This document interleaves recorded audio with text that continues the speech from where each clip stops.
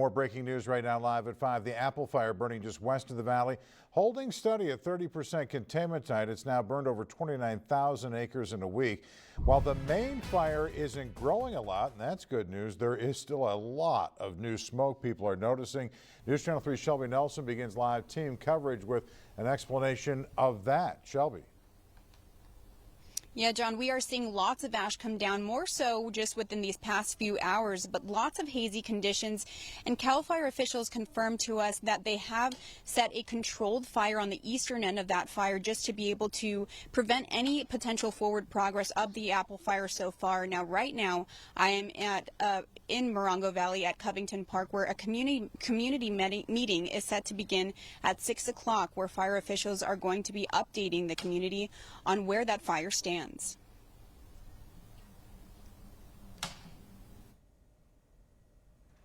The other engulfed by an eerie haze with little visibility. So right now we're looking probably anywhere from 5 to 7 miles. The Apple Fire now inching closer as it heads toward high desert communities just beyond the pass. So we've had heavy ash from time to time and heavy smoke. Resident Jeff Clark stopped at Morongo Valley Cafe to grab a bite.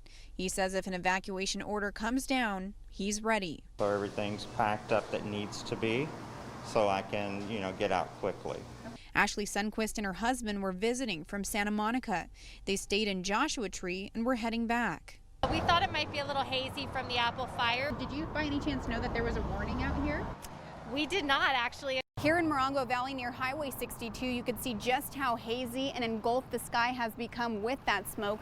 Now, fire officials tell me if that fire were to jump that mountain range right behind me, that could potentially shut down this highway. We created a contingency branch through the incident management team here. CAL FIRE Battalion Chief Michael Martinez and other fire officials were on site planning where to set up dozer lines. Bringing in engines to protect the structures, making sure people have enough time to get out, get their livestock out, and so forth. So far, only a warning is in effect, but that could change at a moment's notice. There's a trigger point, depending on where the fire gets to, where we'll make it a full-blown evacuation. Okay. And we're not even close to that yet. Just be prepared and understand that we're going to be all out here in the Morongo Valley, up into Pioneer Town, all the way down to Painted Canyon area and North Desert Hot Springs. Now, as I said, we have seen continually hazier conditions, especially throughout the evening as it progresses. But because of that, CAL FIRE confirms to us that they have started a controlled fire on the eastern end, and that's to help prevent any forward progress of the Apple Fire so far. Now, as I said, we are at Covington Park here in Morongo Valley, where a community meeting is set to begin at 6 o'clock. CAL FIRE officials and others will be updating the community on what's going on with the fire and what the plan is moving forward.